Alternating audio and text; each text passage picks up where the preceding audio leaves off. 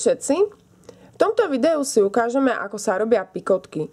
Pikotky sú spravidla takéto malé slučky, ktoré slúžia hlavne na to, aby sme vedeli spojiť kružky s kružkami, reťazky s reťazkami, poprípade kružky s reťazkami.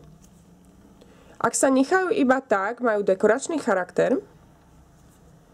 Poprípade môžu byť vyplnené korálkami. Takže toto je malá pikotka s jednou korálkou. Toto je stredne veľká pikotka s 3 korálkami. A toto je extra dlhá pikotka s viacerými korálkami. Pikotky sa používajú aj na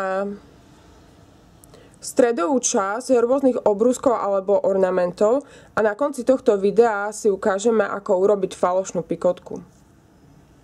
Začneme s krúžkom. Takže budem potrebovať nejakú niť a člnok.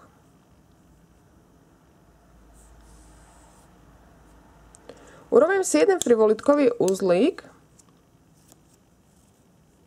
tak ako doteraz. A teraz si idem urobiť pikotku. Takže máme prvý frivolitkový uzlík. Na to, aby sme urobili pikotku, začneme prvú polku frivolitkového uzlíka. Prehodíme a na to, aby sme urobili pikotku, necháme nejaký priestor medzi posledným frivolitkovým uzlíkom a frivolitkovým uzlíkom, ktorý začíname robiť. Takže ak necháme napríklad takýto priestor a dorobíme druhú polku, sme si vytvorili takúto slučku. Keďže oba frivolitkové uzlíky sa robia touto nitkou a nie jadrovou, môžeme pekne prisunúť tento uzlík k tomuto. A tým pádom sme si vytvorili takúto pikotku. Teraz urobíme ďalší frivolitkový uzlík a za tým bude nasledovať pikotka. Takže máme uzlík, pikotku, 2 uzlíky a idem si robiť pikotku. Pikotky sa nerátajú ako žiadny uzlík, pretože to je iba predĺženie šnúrky, ktorá je medzi 2 frivolitkovými uzlíkmi. Takže v podstate môžeme vidieť, že prvý uzlík bol ukončený a druhý uzlík je takisto ukončený. Takže urobíme si druhú pikotku. Robíme prvú polku. Snažíme sa vzdialenosť nechávať stále rovnakú, aby pikotky boli rovnaké. A dorobíme druhú polku. Nezabúdame prehádzovať aj uzlíky.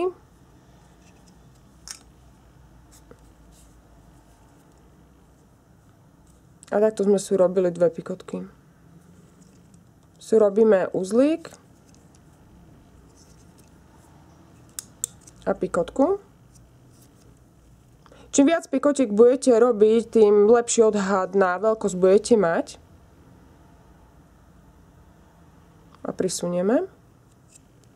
Robíme si jeden uzlík. Takže máme 3 pikotky. 1, 2, 3. Robíme si poslednú pikotku.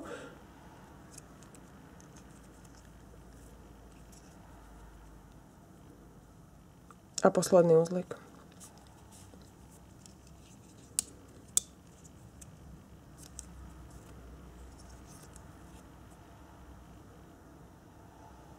Utiahneme krúžok.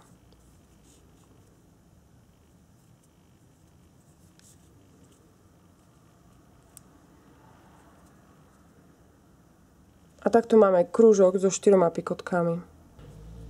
Pikotky sú veľmi dobré na to, aby sme si zistili, ktorá je viac menej predná strana a zadná strana. V tradičnom frivolitkovaní v podstate predná a zadná strana neexistuje, keďže stále musíme prehádzovať medzi kružkou a reťazkou, ale ak by ste sa raz dostali k tomu, že budete frivolitkovať prednú zadnú stranu, si musíte vždycky zistiť, ktorá je predná strana a ktorá je zadná strana. Na to, aby sme zistili, či je to predná alebo zadná strana, sa pozrieme na pikotky. Ak by sme nemali pikotky, tak v podstate neviete zistiť, ktorá je predná a zadná strana. Tak jednoducho. Keďže pikotky máme a vidíme tu na stolčeky, vršky stolčekov, Táto je predná strana.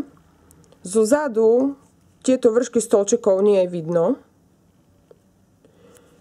Pri reťazke to bude naopak. Takže kde je zadná strana krúžku, je predná strana reťazok, pretože vidíme tieto vršky.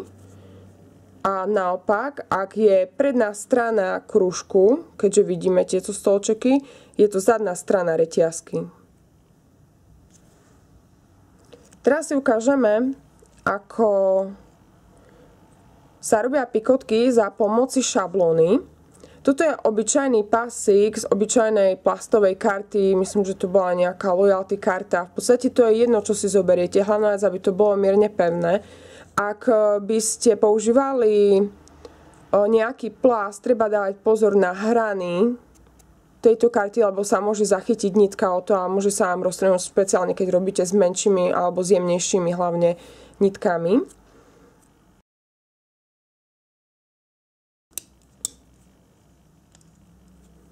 Takže teraz si chcem urobiť napríklad 3 frivolitkové uzlíky. Takže čo urobíme?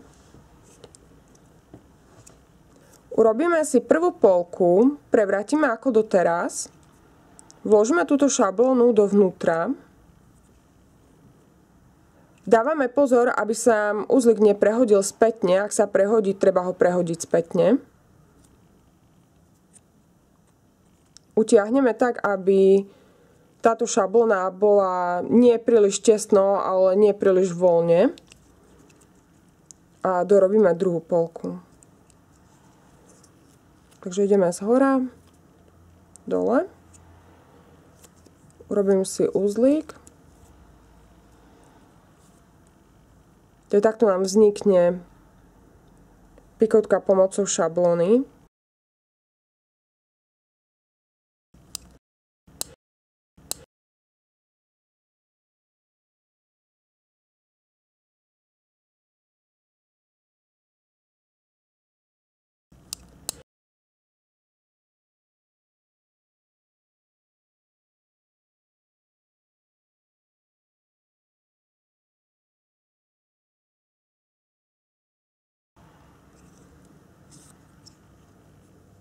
A utiahneme.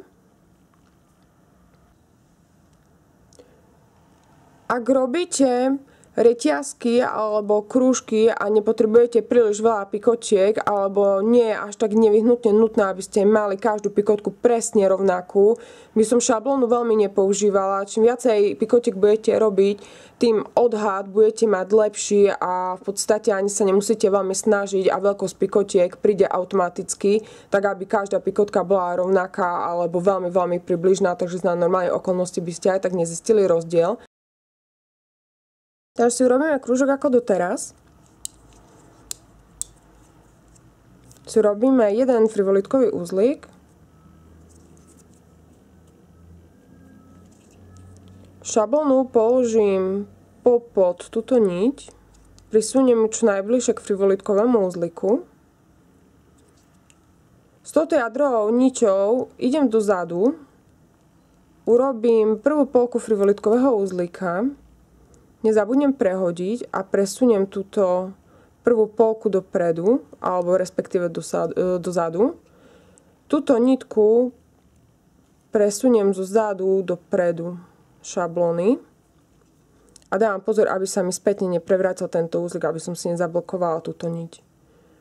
A urobíme si druhú polku. Takže ideme zhora. A takto sme si urobili jeden frivolitkový uzlík, druhý frivolitkový uzlík a medzi týmito dvoma je jedna dlhá pikotka. Takže ešte raz. Dozadu. Prvá polka. Prehodíme, posunieme na spodok šablóny. Táto niť príde dopredu. A druhá polka. Ak si chcete urobiť jeden alebo dva frivolitkové uzlíky medzi týmito dvoma pikotkami, takže by to bolo uzlík, pikotka, uzlík, pikotka, uzlík, uzlík, uzlík pikotka, tak v podstate iba potrebujete urobiť obyčajný frivolitkový uzlík pred šablónou. Tu bude prvý uzlík, druhý uzlík a pokračujem ďalej v pikotkách. Druhý spôsob, aké je možné použiť túto šablónu, je, že už na začiatku si presuniete túto nitku dopredu šablóny, v podstate ju omotáte. Jediná vec, ktorá je, keď použijete túto druhú metódu, môžu byť pikotky takto skrížené, ako je táto. V podstate, keď napájate druhý riadok, to nie je zase až taký veľký problém. Pokiaľ si chcete urobiť iba kvetinku, tak budete mať prekrížené pikotky. Takže v podstate sme si priniesli túto niť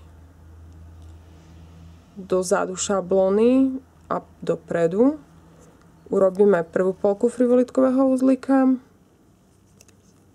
a druhú.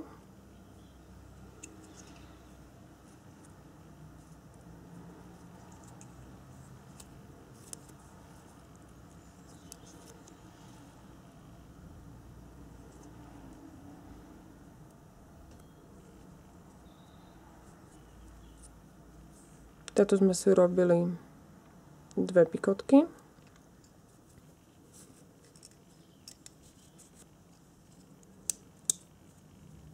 Si urobím frivolitkový uzlík.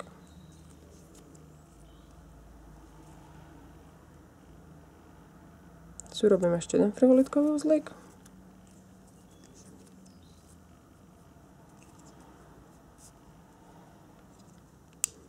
Takže prvá metóda. Dozadu, obyčajný, dopredu a druhá polka.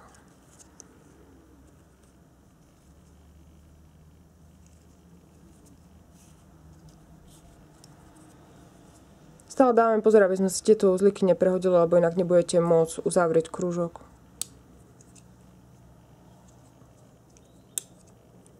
Dozadu.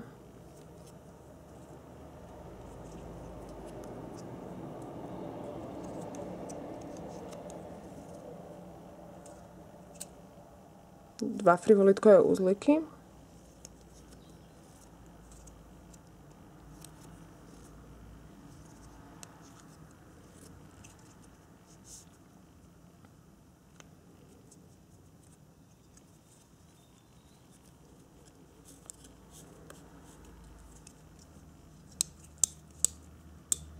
A teraz ideme druhou metodou.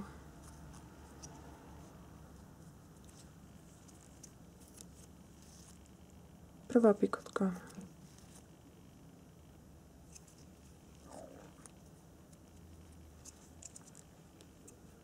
A druhá pikotka.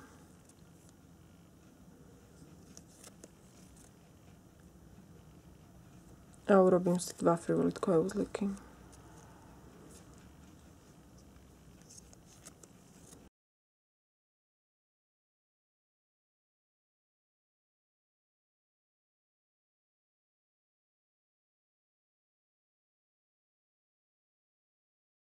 Takto sme si urobili 8 pikotiek.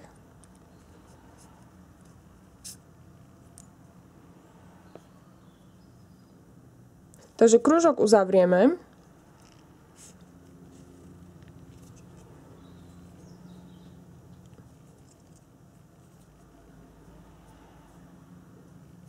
Takže takto som si urobila krúžok s 8 pikotkami.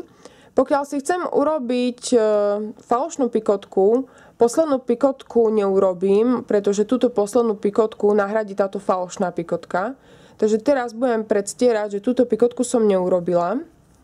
A v tom prípade si zoberiem člnky. Na to, aby som urobila takú istú veľkosť, ako som robila predošle, použijem stále túto šablónu. Jedna niť ide dopredu okolo šablóny, jedna niť ide zozadu. A urobíme si pevný uzlík. Takže v podstate urobíme prvú polku frivolitkového uzlíka Túto polku ale neprehodíme ako doteraz, iba ju zatiahneme.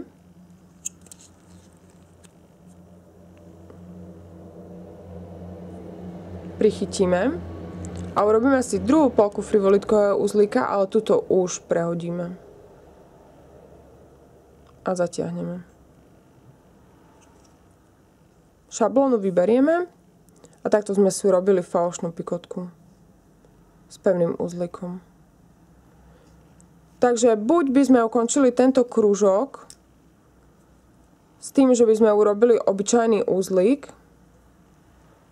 zo zadnej strany a dali by sme trošku lepidla, alebo by sme iba začistili konce buď zašívacou metodou alebo zázračnou nitkou, alebo by sme neurobili poslednú pikotku vo vzore a urobili by sme poslednú pikotku, falošnú pikotku a tým pádom by nás to posunulo do druhého riadku vo vzore a mohli by sme pokračovať bez toho, že by sme napájali nové nite. Takže na teraz je to odo mňa všetko. Majte sa krásne, lajkujte a komentujte. Pa, pa.